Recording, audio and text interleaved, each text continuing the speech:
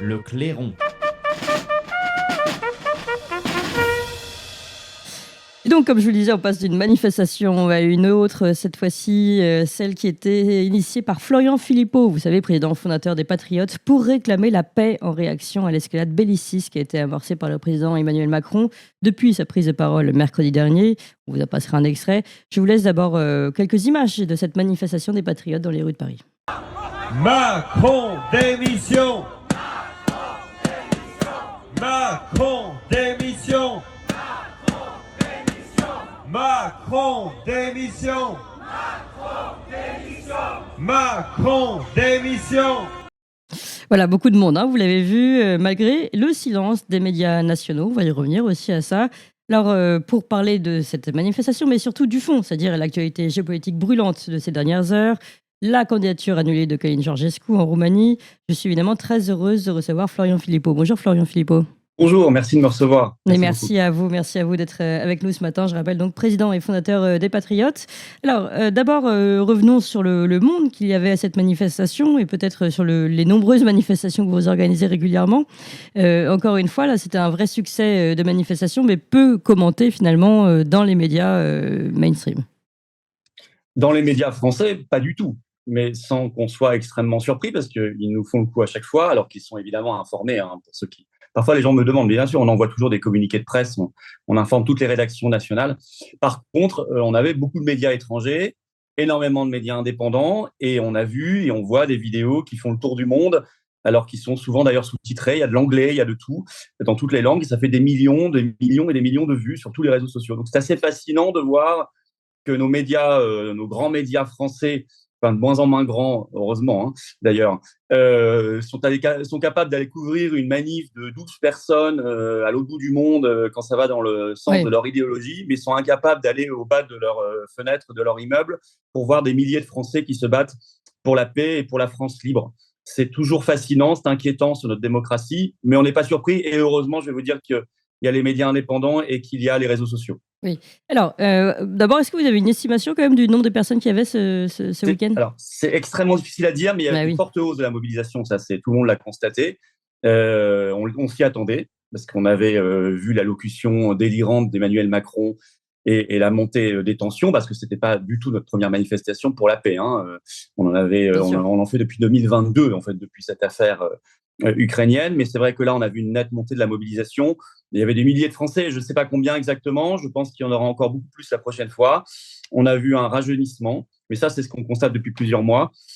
Plus de jeunes qui viennent, et voilà, et des gens qui d'ailleurs sont encartés ou ne le sont pas. Mais ça, c'est la règle du jeu, et c'est très bien, et ça veut dire qu'on attire au-delà même, évidemment, de nos cercles militants. Ouais, vous l'avez dit, ça fait depuis longtemps que vous manifestez pour la paix, finalement, c'est votre message, hein. Et on va dire que ça s'aggrave du côté justement d'une volonté belliciste, alors qu'on touchait là à la fin ça aurait pu être la fin du conflit en ce moment, la négociation entre Donald Trump et Vladimir Zelensky. Comment vous comprenez, vous, la surréaction européenne et macroniste notamment ? Mais justement, on ne peut le comprendre, moi c'est ce que je dis depuis le début, que si on a compris les vrais enjeux. Plus on ira vers la paix, plus ils iront vers la guerre. Parce qu'ils ne veulent pas la paix, parce que la guerre sert un autre agenda. Évidemment, ces gens Macron, les européistes, ne se sont jamais intéressés à la paix. Ça, on l'a compris, mais ils ne s'intéressent même pas aux Ukrainiens. Il faut être naïf pour croire que Macron ou Ursula von der Leyen ont le moindre souci des Ukrainiens. S'ils avaient le souci des Ukrainiens, ils feraient en sorte qu'il n'y en ait pas des centaines qui continuent à mourir chaque jour à cause de la guerre. Donc, ils feraient tout pour un cessez-le-feu le plus vite possible, même avant qu'on règle le reste. Non, en réalité, la guerre, pour eux, c'est un agenda. Pour Macron, il y a un agenda très personnel. Il a besoin de reprendre la main en interne, il a besoin de gouverner par la peur, parce que c'est ce qu'il a toujours fait. Ça ressemble beaucoup au Covid. Il y a vraiment des points communs très, très, très frappants, y compris dans l'allocution. Elle ressemblait beaucoup à son allocution de 2020, nous sommes en guerre. Oui. Et puis, ça sert à un intérêt idéologique, et là, l'Union européenne est vraiment au cœur, c'est-à-dire qu'il faut donner toujours plus au bénéfice, à l'occasion de cette guerre, toujours plus de pouvoir à l'Union européenne, dont on a bien compris qu'elle voulait son armée, qu'elle veut même à terme nous piquer la dissuasion nucléaire, et qu'elle veut, après avoir fait le hold-up sur la santé, elle veut faire le hold-up cette fois sur les affaires militaires, Oui. ce qui est d'une particulière gravité. et que nos dirigeants et la pseudo-opposition se laissent faire est c'est un acte pour moi de très, très haute trahison, parce qu'on touche là à l'indépendance nationale et à la sûreté nationale de manière évidente. Oui, alors justement, François Bayrou a été interrogé sur la question de donner la parole aux Français sur ce sujet, et il a évacué d'un haussement d'épaule et un petit lever de sourcil pour dire non, mais attendez, non, au contraire, pourquoi il faut donner la parole aux Français sur cette question-là. On voit bien qu'il y a un malaise, je ne sais pas, mais une volonté finalement d'avancer coûte que coûte, et malgré les Français, puisque les Français sont majoritairement contre, et on le voit avec votre manifestation. Ça, c'est intéressant aussi, mais est-ce que c'est légal ? Ah bah, ils n'ont pas l'obligation de faire un référendum, effectivement. Et puis, s'il n'y a aucun parlementaire qui les pousse dans cette direction, bah, ils ne vont pas se sentir sous pression. Et s'il n'y a aucun média, aucun grand média qui semble insister sur la question, ils se sentiront d'autant moins poussés. C'est pour ça qu'il faut que les Français prennent le relais. C'est pour ça que nous, les patriotes, on bouge, on est dans la rue. Pas que ça. Il y a un week-end, on a fait 18 manifestations dans toute la France pour la paix. Et on va évidemment persévérer, on va en faire de plus en plus, sur de plus en plus de monde. Il faut mettre la pression. Je ne suis pas surpris qu'ils balayent d'un revers de la main toute consultation des Français, parce que ça fait bien longtemps que dans leur logiciel, la souveraineté populaire, le peuple, la souveraineté nationale, la France même, ça n'existe plus. Ils sont dans autre chose, une gestion technocratique, supranationale des enjeux. Et vous voyez bien qu'il y a un lien intime dans le combat pour la paix et le combat pour la France libre, c'est-à-dire la sortie de l'Union européenne. On voit bien de plus en plus que tous les combats sont intriqués, et j'avais même pas besoin que survienne déjà le coup d'État en Roumanie d'hier soir pour comprendre qu'en fait tous les enjeux sont complètement liés, et on ne peut pas sérieusement se battre pour la paix si on ne se bat pas contre le supranationalisme, contre notre appartenance même à l'Union européenne. On n'en est plus à vouloir modifier une virgule de l'Union européenne. On en est de manière existentielle à savoir si la France aura encore un avenir, ou si elle sera plongée, envoyée de force dans la Troisième Guerre mondiale, ou si elle retrouve justement la liberté, l'indépendance et la possibilité de la paix et de l'existence même comme nation en sortant de l'Union européenne. C'est ça l'enjeu central aujourd'hui. Il n'y en a pas d'autre. Et c'est un enjeu existentiel. Oui, il y en a quand même certains qui expliquent que c'est normal qu'on ne pousse pas la paix voulue par Donald Trump, qui est plus une paix finalement commerciale, enfin un accord commercial, que Volodymyr Zelensky ne peut accepter finalement politiquement un tel accord qui va en défaveur des Ukrainiens, alors qu'ils ont perdu tant d'hommes, comme vous l'avez vous-même rappelé. Est-ce qu'on peut comprendre malgré tout qu'il y ait des freins, et qu'on puisse peut-être essayer aussi de chercher une autre forme de paix qui serait une proposition plus française? Dans un monde idéal, la France devrait être à la table de négociation, bien sûr, avec les Russes, avec les Américains, avec les Ukrainiens, comme puissance même médiatrice. Et elle pourrait jouer un rôle probablement très intéressant, comme elle l'a fait souvent dans son histoire, en rapprochant les points de vue. Voilà. La question pour les Ukrainiens, vous savez, je pense aujourd'hui, c'est d'arrêter de mourir d'abord. Premièrement, c'est ça, parce que c'est le carnage en Ukraine. Il y a des Russes qui meurent, il y a des Ukrainiens qui meurent, il y a des destructions. C'est ça la guerre concrètement, parce qu'on n'en parle pas beaucoup dans les médias français. On dit la guerre. Alors, ils sont tous à s'extasier. Là, monsieur Claude Maluret, qui est devenu la nouvelle coqueluche des médias et des démocrates américains, qui s'excite comme il s'excitait pendant le Covid pour injecter tout le monde de force. Là, il s'excite pour envoyer tout le monde de force sur le front du Donbass. On en voit quelques-uns, Tenzer, Enthoven, monsieur Ménard, Ursula, etc.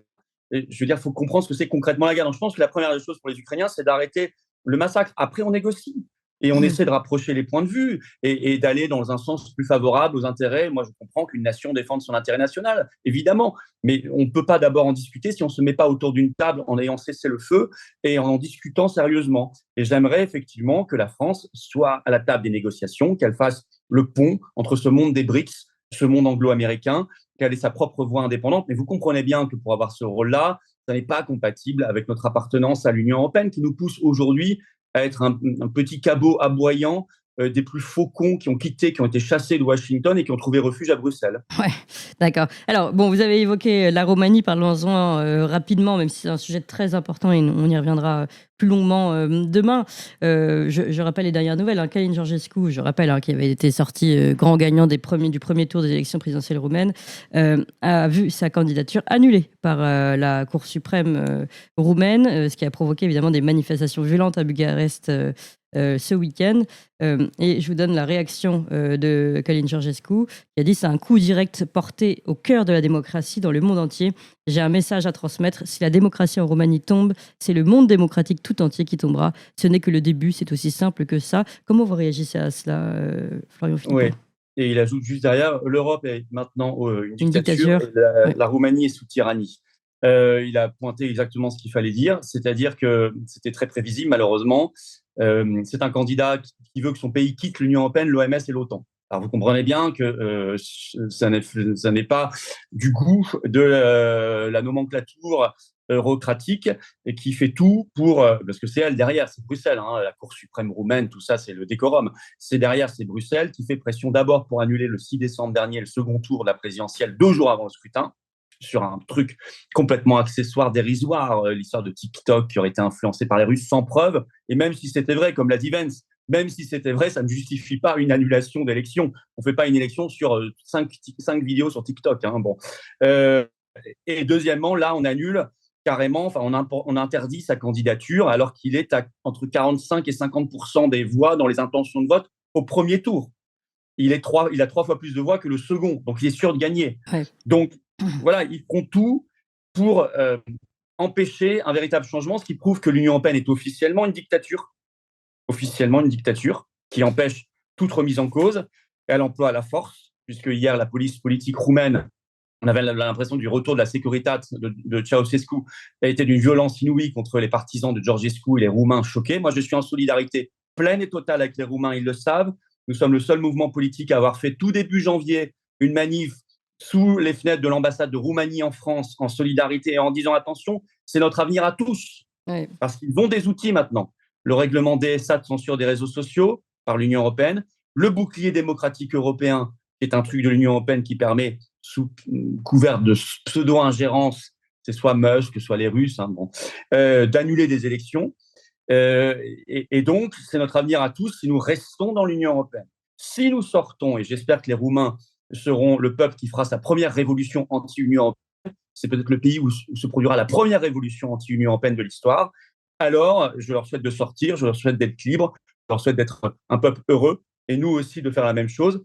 Nous pourrons éviter ce genre de situation. Vous pensez là que ça peut aller, alors on peut rapidement voir les images des manifestations en Roumanie, vous pensez que ça peut aller jusqu'à justement une manifestation qui provoque finalement une révolution. Oui, une révolution, un changement de régime et une sortie de l'Union européenne. Dans les manifs, c'était à bas la dictature. Et quand il parle de dictature, il ne parle pas que de Roumanie, il parle d'Europe, comme l'a écrit Georgescu. Donc ils ont ciblé juste, et on a vu aussi des slogans montés sur « on a fait une révolution, on en refera une ». Parce que le peuple roumain a su se débarrasser des tyrans déjà. Ils l'ont montré à la fin des années 80. On s'en souvient. Oui, c'est plus récent chez eux, les dernières grandes révoltes. C'est plus récent. Il y a une vitalité, il y a une énergie de ce peuple. On parle quand même ici d'un candidat qui est annulé alors qu'il est, encore une fois, entre 45 et 50% des voix au premier tour. Donc il faut s'en rendre compte. Vous annulez un candidat qui a un socle populaire gigantesque. Vous ne pouvez pas faire ça. Ou alors ça a des répercussions qui sont elles aussi probablement gigantesques. Je ne sais pas comment ça va évoluer dans les heures et jours qui viennent. Il va faire appel, mais j'ai peu d'espoir sur l'appel parce qu'on voit que tout est truqué et on verra la suite. Mais il faut être en solidarité totale et il faut aller à la racine du problème. La racine du problème, c'est que l'Union européenne ne tolère pas qu'un pays maintenant puisse prendre un chemin autre que de rester dans sa structure, de lui obéir, d'aller vers la guerre, parce que Georgescu est un homme de paix. C'est ça aussi qui dérange beaucoup. Oui. C'est un anti-covidiste, je le rappelle aussi. C'est un homme qui veut des grandes enquêtes sur l'impact des vaccins, etc. C'est tout ça qui dérange. Et l'Union européenne, je le dis aux millions de Français qui sont sur ces idées-là aussi, l'Union européenne ne vous laissera pas faire. Donc, il faut se dégager de ce truc le plus vite possible et le détruire. Il faut détruire l'Union européenne de la surface de la planète parce que c'est une structure profondément corrompue, une structure de guerre mondiale est une structure de destruction des souverainetés nationales et des démocraties et de nos libertés. Nous pourrons avoir un avenir heureux derrière, mais en sortant de ce truc. Vous pensez que la Roumanie peut finalement montrer la voie au reste des Européens? Oui. La Roumanie a été utilisée comme laboratoire d'application du bouclier démocratique européen. Ça, je l'avais analysé dès le début, publiquement. Et donc, elle peut être, en retour, le laboratoire de la libération. Voilà. Et c'est tout ce que je leur souhaite. On les aide. Moi, je suis en connexion avec beaucoup d'élus roumains là maintenant depuis quelques jours parce que ça crée des liens. Les réseaux sociaux, c'est pratique. On peut s'envoyer des messages en privé. C'est génial. Et ben tant mieux. Comme ça, je sais bien ce qui se passe en temps réel et je les soutiens totalement. Et nous devons être vraiment dans la solidarité du combat parce que nous sommes pas. Faut pas croire que nous, la France, on sera pas. C'est la Roumanie. Non. On sera mangé de la même manière, à la même sauce si on ne bouge pas. C'est pour ça que les Patriotes sont un mouvement qui bouge. Ils sont pas un mouvement qui, dans l'ego, qui pense à d'autres choses qui ne sont pas du moment, qui ne sont pas du calendrier. On est, nous, dans le combat actuel. On est dans le combat pour les Français, pour la France, pas pour notre gueule. Et on est là pour essayer de se battre pour la paix, pour sortir de l'Union européenne et pour faire en sorte qu'on évite l'abîme. Parce que là, franchement, ils veulent nous conduire vers l'abîme. Il faut que tout le monde s'en rende bien compte. Merci beaucoup, Florian Philippot, président fondateur des Patriotes. Je rappelle votre manifestation pour la paix et donc aussi pour une démocratie également. Une prochaine viendra bientôt. Oui. Une prochaine arrivera bientôt. Et évidemment, derrière, je ne l'ai pas dit, mais ils veulent nous piquer l'épargne et faire la retraite à 70 ans. Vous avez compris aussi les arrière-pensées, c'est que au nom de l'Ukraine, on vous imposera tout. Et ça, et pas que la guerre. On vous imposera aussi de vous piquer l'épargne et de vous faire travailler à l'hashtag. Ça fait partie. Il faut se battre contre ça. Tout à fait. Ça fait partie des sujets qu'on va continuer d'analyser d'ailleurs dans ces prochains jours et tout ce qu'il y a derrière ce mot de guerre. Merci encore, Florian Philippot et Toxin. Vous avez aimé cette émission, vous voulez que l'on continue d'exister et de creuser ces sujets. Sachez que nous n'avons ni subvention, ni milliardaires, ni oligarques derrière nous, que nous ne dépendons que de vous. Donc faites un don à toxin-media.fr, toxin-media.fr et encore mieux, faites un don régulier pour que nous continuions d'exister. Merci.